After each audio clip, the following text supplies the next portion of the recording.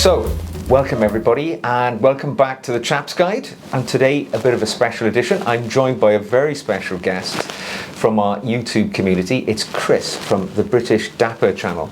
And it's my pleasure to welcome you to the channel today.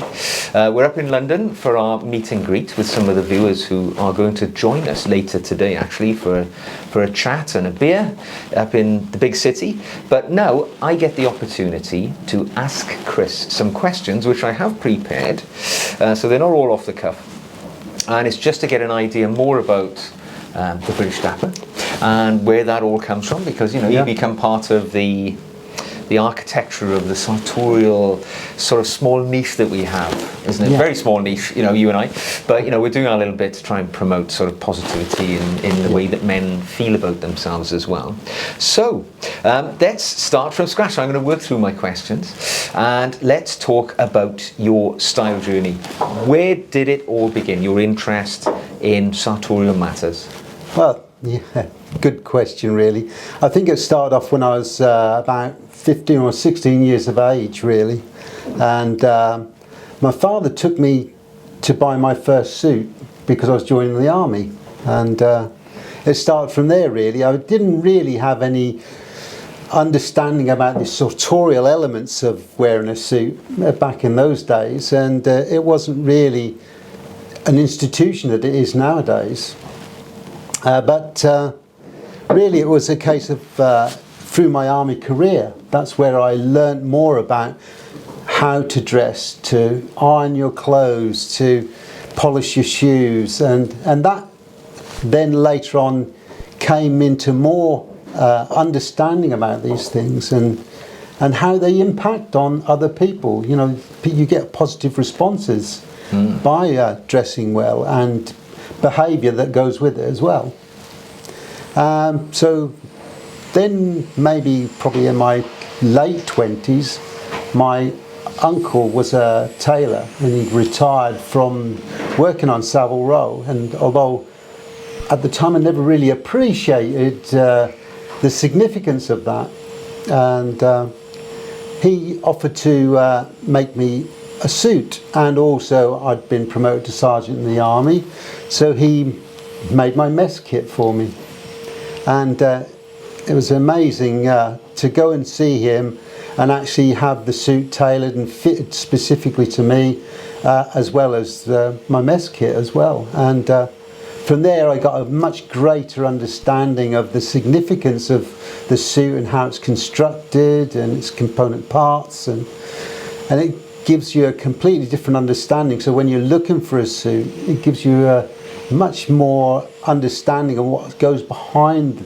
the making and the construction of that suit.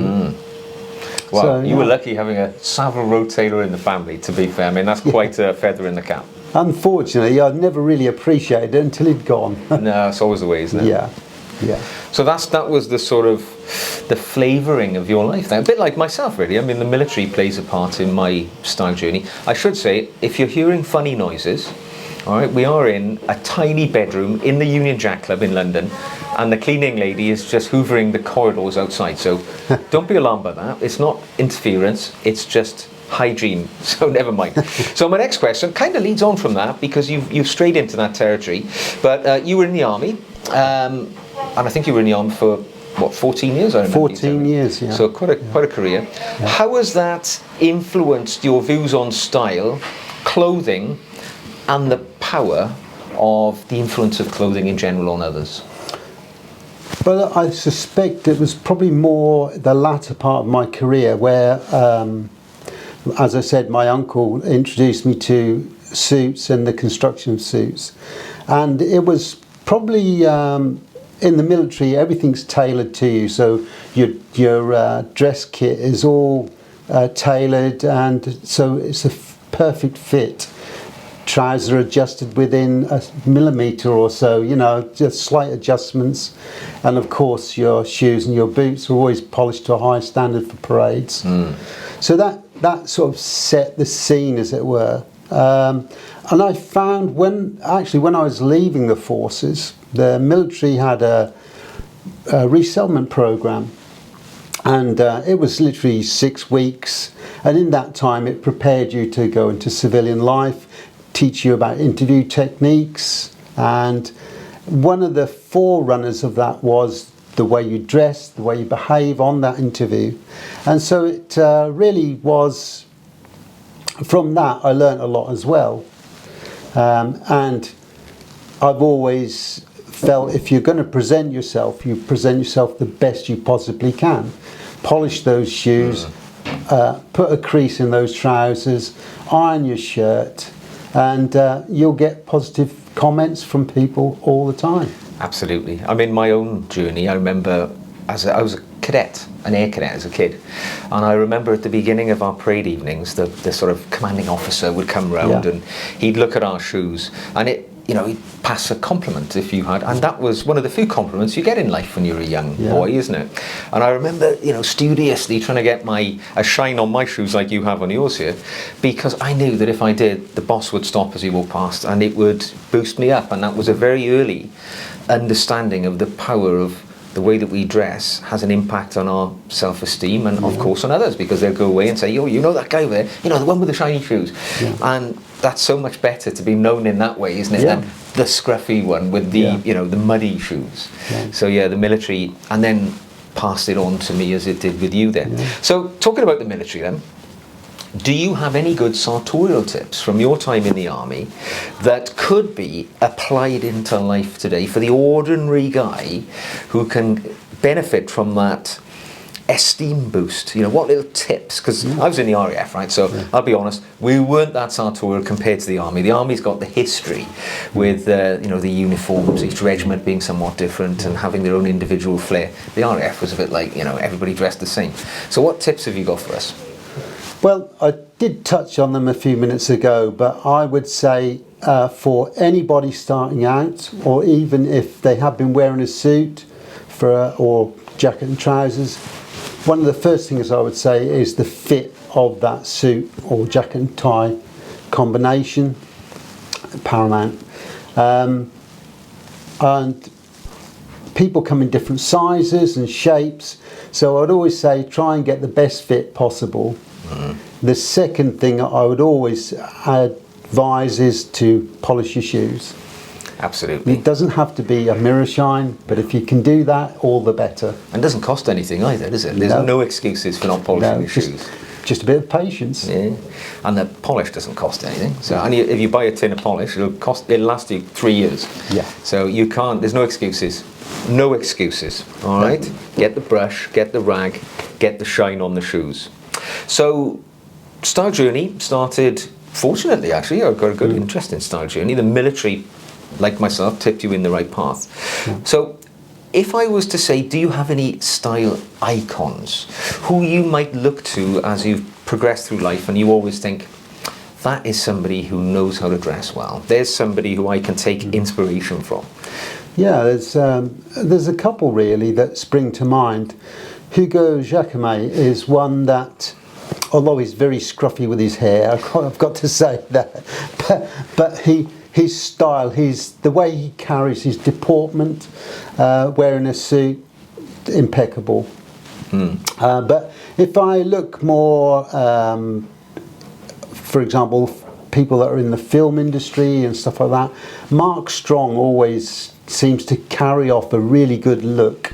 He's got the physique and he's 6'2" or something like that. So he does really, you could dress him in a bin bag and he'd look fantastic. But as a person to aspire to, and the way he dresses, yeah.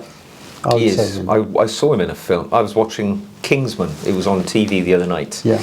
And of course he plays a role in there. But like you say, he's got one of those frames. Yeah. He's lucky, isn't he? He was blessed with good genetics. Not on the hair front, a bit like myself, but physically to be strong, tall and lean. Yeah. I mean, I bet he's a tailor's dream. I think they were all tailored by Huntsman, weren't they? I believe so, yeah. For Kingsman, they must have been quite grateful when those guys walked in, because you had Colin Firth, who's 6'4", lean and an excellent shape as well. It must have been quite easy to make them look good in suits. But no, it's a very good choice, and it's one that often gets overlooked. I think Mark Strong. Yeah. But he does have a presence as well, doesn't he? His voice. He's definitely he's the full package. So let's have a look. Who else then? So I was going to talk about some brands with you, because I know part of our joint message to people is that you don't have to spend a pile of money to look good. In fact, the opposite is the case. And I've got a couple of items of clothing which perhaps we can think, I'm going to suggest them to you, like footwear, for instance. Yeah. If you were going out to buy a pair of shoes today, and you had a modest budget, as it happens, we do. We're not going to see George Cleverly or John Lobb, but if you were looking to buy a pair of shoes today, where would you go? Yeah, I think middle of the road would probably be Lokes. They're a really good brand. They are a little bit pricey, maybe around the £200 mark, but very well made and constructed shoe. Their lasts fit most people, so I would say not a bad choice for most people to aspire to. Go along with that. I'm wearing a pair now. Yeah. That's a good choice. So shirts, where would you go for a shirt? Now shirts is one of those things where it comes down to fit, and if you're buying literally pre-made shirts, different companies make different cuts. So you might find that some are more prone to cutaway collars, some are more tighter, the length of the collar is different. So it really does depend on your body type, I would suggest. Some are naturally tapered, some are quite baggy fits. But Charles Thwaite is one that I tend to go for. I find it fits me really well in the neck. And the fit is ideal, and especially for the length. TM Lewin is another one that I tend to go for. If I had the choice, then it would be Turnbull and Asser or somewhere like that. Yeah, well, you can get lucky. I'm wearing a Turnbull and Asser shirt. eBay, 20 quid. Yeah. So that, you can get lucky. If you enter the pre-owned world, you can have a rub of what the rich wear. Yeah. But yeah, you're right. I mean, I think the funny thing is, I've got some shirts which I've bought really cheaply from Costco. Their own brand, Kirkland brand, 15 quid a shirt. They're really well made, but they just fit me quite well. Yeah. And I think, as you say, if you shop around, like Marks and Spencer's, if that's your shape and it fits you, I don't think you need to spend a pile of money on a shirt, because it's cotton at the end of the day, and they have a limited lifespan. So what about, well, I'm going to say suits, but I'm not an elite, suit. So if you were going out to buy a suit today, is there a brand which is your go-to generally, or do you just see what takes your eye? I think I tend to go for what takes my eye on the materials. Trying to get the best deal possible for your money is always a wise thing to do. I try and stay away from synthetics if I can. I try and go for, this is 100% wool, very lightweight, but it is really a case of a lot of companies out there now, a lot of companies, Turnbull and Asser, Charles Thwaite, they're all doing suits and jackets and trousers now. They no longer specialise in one particular item of clothing. So I would suggest maybe somewhere like that. Another one's Brooke Taverner as well. Yes, I've bought a lot of stuff from them actually. The tweed jacket I was wearing last night was from them. Very nice. And they're lovely. The slightly military cut on them. But good quality. The English drape. They are quite good quality. In fact, I've got the raincoat, just behind me. Another steal off eBay. I think I paid £20 for it. Because Brooke Taverner is not that popular widely, but their products are really good quality. So when you see them in auction sites, they can often be a steal. And they will last a lifetime. Literally, if they're maintained well, they will last. No, they're excellent. There we go. So I've got another question for you in general now about style. So what's the most important thing a man can do to improve the way he looks and the impact he will have on others in general? Well, I mean, besides actually buying the clothing and wearing it well, the fit, that side of it, I think one of the main things is education. that helps you to dress better, and don't be afraid to experiment. I think a lot of people are too worried about offending people or breaking these rules, and whilst the rules are good to have foundation and an understanding, I think sometimes if you want to add a little bit of personality, you have to bend those rules a little bit. So don't be afraid to try something different. So be bold. Yeah. Be bold. Don't be afraid to Yeah. be bold. I hate when I see some YouTube channels where they will say you have to do this, or you have to have this button undone, or you can't go out dressed in such a way. And you think, well, it's not a uniform. It's an expression of personality, isn't it? Your clothing. Yeah. And if you were so rigidly hidebound to some Victorian rules, we'd all be wearing high collars and things like that. Yeah. Okay. So what do you think about the direction that modern men's styling is taking? Because I think we're in an era where, well, it's unheard of, isn't it, the way people dress today? What do you think about modern style? I do feel a little bit antiquated sometimes when I'm walking around. When I see all these other young lads running around in their funky trainers and t-shirts that cost £100, £200 for a t-shirt. I know. Ridiculous money, but I do think that my son's now 26, and he's now starting to get more into a more sartorial style. And I think he appreciates more about, if he's going to wear a suit for a special function, to wear it well. And I think there's a growing trend amongst young lads now. Quite a few people on the YouTube channel that are more 18, 20 age group, and they are now starting to aspire to wear more traditional clothing. I'm not sure if that's because it's a way of longevity for men's attire, because it's never really in fashion, never really out of fashion, but always seems to be that area of cool, if you know what I mean. Yeah. Or do you think it's a bounce because they've hit the bottom when Now you can't go any up. more casual? Yeah. And now the only way they can appear different to their contemporaries is to start becoming more stylish. Well, funny you should say that, because I do feel that we are on the upward bounce now. We have gone through the skinny suit, the ultra skinny suits, which if you're a very slim, tall, physiqued person, then you could carry off that look. Historically, though, I have seen some people that are, let's say, a little bit rotund and trying to squeeze into a skinny or slim suit, which is literally skin tight, and it does them no favours at all. No, not at all.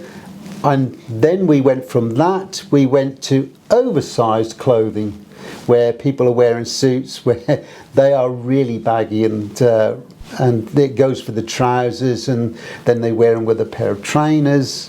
And so we have now gone from skinny, and I'm assured that flares are coming back again this year. So I think that will be a short-lived thing, and it's more of a fashion-related thing. Yeah. And fashion does tend to go against the traditional look. It sort of, whilst it will take notice of historic wears, fashion tends to, it's here and gone. Yeah. So 6 months, it's gone. They want to change the look, and you'll find that it alternates. So where we were skinny jeans and skinny trousers and suits, now it will go the opposite, which it did do with oversized clothing, to go more baggy looks.